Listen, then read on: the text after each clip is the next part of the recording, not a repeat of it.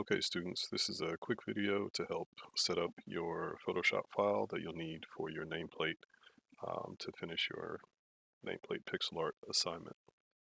Okay, so obviously you can see I've got my sketches here, my brainstorming, tested out some lettering, and I'm paying attention to my resolution here.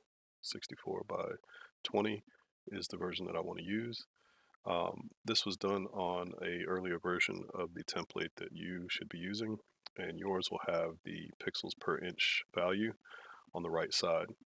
Okay, we're gonna take a look next at where to put those numbers in. To get started, you're gonna go to either File, New ... or you can use the Home button and use the New File button here. This is gonna produce your new document window. Yours will have different values in here by default, but here you can give your document a name. You want to switch and make sure that you're looking at pixels for your units, and you're going to input your dimensions according to the pixel size from your template.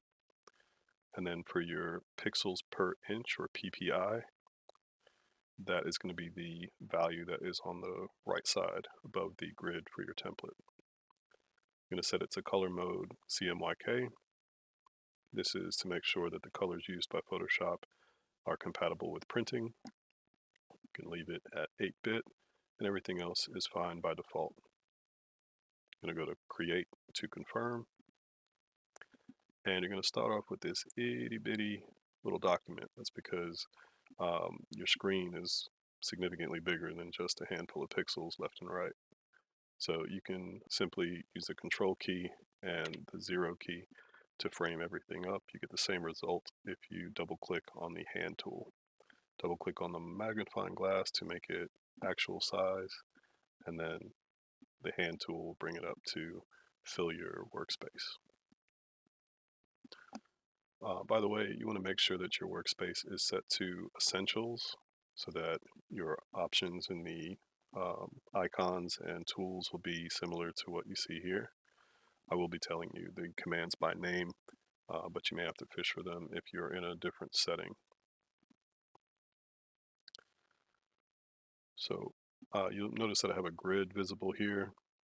To make that so, I'm going to go to the View menu, go down to Show, and make sure Grid is checked. And the settings for grid can be edited under the Edit menu, Preferences, Guides, Grids, and Slices. Make sure that you're looking at the grid section here. You can set the grid line for every 1 pixel, and then no subdivisions, or 1 subdivision. And that's going to make sure that you get a nice uniform grid. You have the option to change the different colors here as well. Click OK to confirm. And really the last thing we need to do before we start working or creating is to find the pencil tool. So the pencil tool, if you click and hold on the icon, you may notice that it's the brush icon by default. You can use the B key to highlight where that tool is. You can use Shift B, and you'll continue to cycle through that family of tools. So if I click and hold again, you'll notice that the B key is the shortcut for all of these. Holding Shift will allow me to cycle through them, and I'm looking for the icon of the pencil tool. If you right click in your workspace, you can pull up the shortcut to adjust your brush size, or your pencil size in this case. Yours may be significantly higher than 1 pixel, but you're going to want to drop that all the way down. The pencil tool by default is 100% hardness, which is the result that you want. That's going to make sure that as you draw like so, it fills in 1 full pixel at a time. Okay. You can also access the same options by using this little drop down here. Okay. And before I get started with any coloring, I like to go ahead and add a new layer. You can use the plus sign here. This icon is called the Create a New Layer button. You can also go to the Layer menu, go to New, New Layer dot dot dot. This is going to give you a chance to name the layer and set some of the colors or blending modes and so on. But good rule of thumb is to make sure that you take advantage of a new layer every time you change colors. It's just going to give you deeper and little further reaching control as you work and refine things later on. All right, so just to get started, make sure that my pencil tool is active. I'm going to start with a dark color. You can use the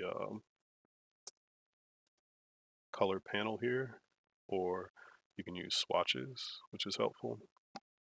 And there's also some kind of preset libraries that you can find different colors in to use.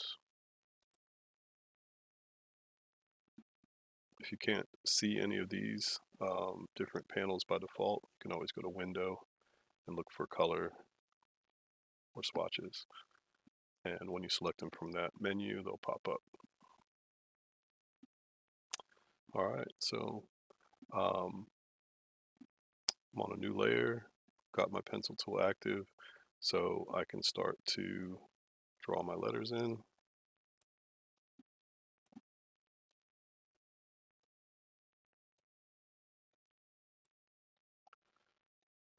Okay.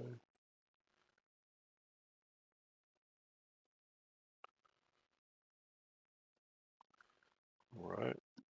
If you want to draw a little faster or a little bolder, you can switch this to up to 3 or 4.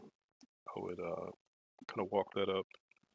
You'll notice that the pencil is actually round, but at such low resolution, the tip will look square, which we're taking advantage of right now. That's why we made our document so small. So if you want to go back in, the B is for your brush family. The E key is for your eraser tool.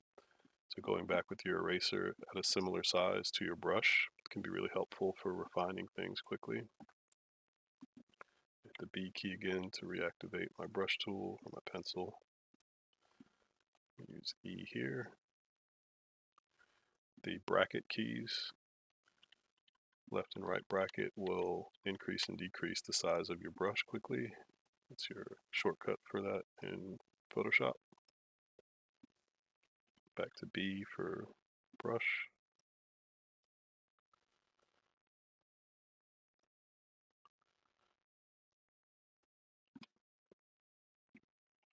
Switch to E for erasing just to make some corrections here.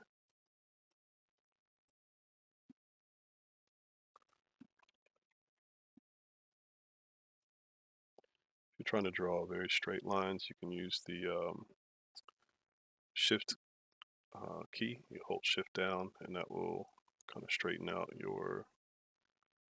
the direction that your brush will go. That works for your eraser as well. You will note that if you click in one space and then hold Shift and click in another, it'll draw a straight line to that space for you, which can be useful.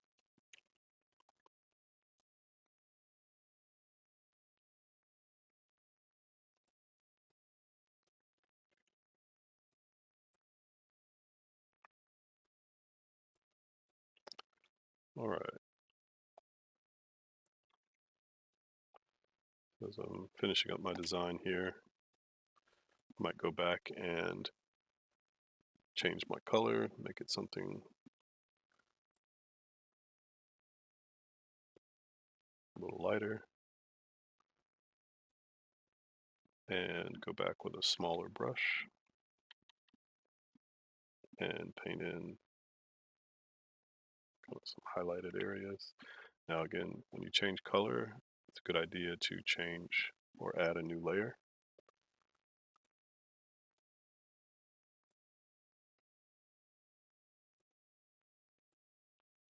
All right, and that way, if you mess up, you can remove the layer or you can just erase the information from that layer and not lose any of your other work. You can use the shift here again.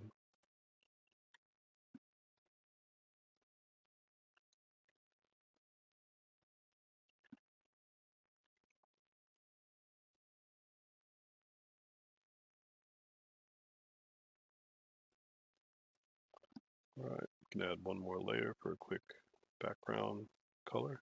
I'm going to move that layer down to the bottom, and I can use my bucket tool, which is in the family of the gradient tool. You can use gradient as well.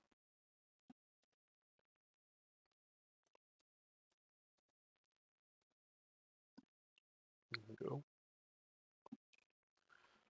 All right, so once I'm done designing, if I double click on the magnifying tool, you can see I'm still at a very, very small physical size.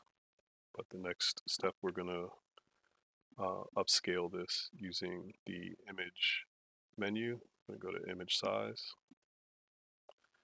and we're going to change or make sure that the dimensions are set to 8 inches by 2.5, so you may have to change the units there. Always change your units first and then put in your numbers. We're going to put the resolution up to 300, which is print ready, and this is going to do the conversion for us. So the physical size will be retained. You do want to make sure that resample is active. That is going to be what allows us to resize and keep some of the detailing. The other part is the nearest neighbor option. This is going to make sure that your edges are hard. Some of these other resample options are meant to blend and blur. It gives the software a chance to try to figure out the right colors for details, but nearest neighbor is going to ensure that it's based on the solid color of the pixel. So once you click OK here, you notice that your image gets nice and large. Again, Control 0 will frame everything up for you. So now I'm ready to save and export. First, I'm going to go to Save or Save As. This is going to give me the option to make sure I save on my computer. So give me the option to give my project a name. You can see I've already got one saved here. I'll just adopt the same name. Get the warning for overwriting, that's fine. Confirm that for the format options. Next, we're going to export this as a PNG. This is one of the acceptable files. I'm going to go back to my downloads.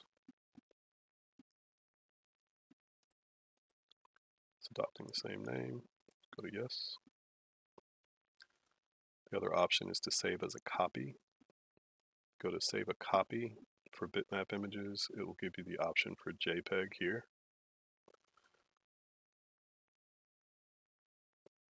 Save that. Confirm the compression options for JPEG. And lastly, go back to save as, and this is where you'll see the option for your Photoshop PDF format. Now I saved this for last on purpose because when you save as a PDF, you'll notice that I'm going to confirm this. You'll notice that your document actually converts to a PDF in Photoshop. And PDF support layers, so you can basically use a PDF format just like you would a PSD format. So those are kind of interchangeable because they're both Adobe products. But PDF is helpful for the next phase, which is going to be to print your nameplates. So those are the 3 required formats or 4 examples.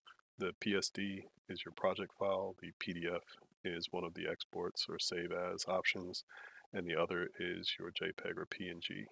So you're going to load those 3 files up in addition to your sketch into Canvas for your submission. We'll wrap it up there. Thanks for watching.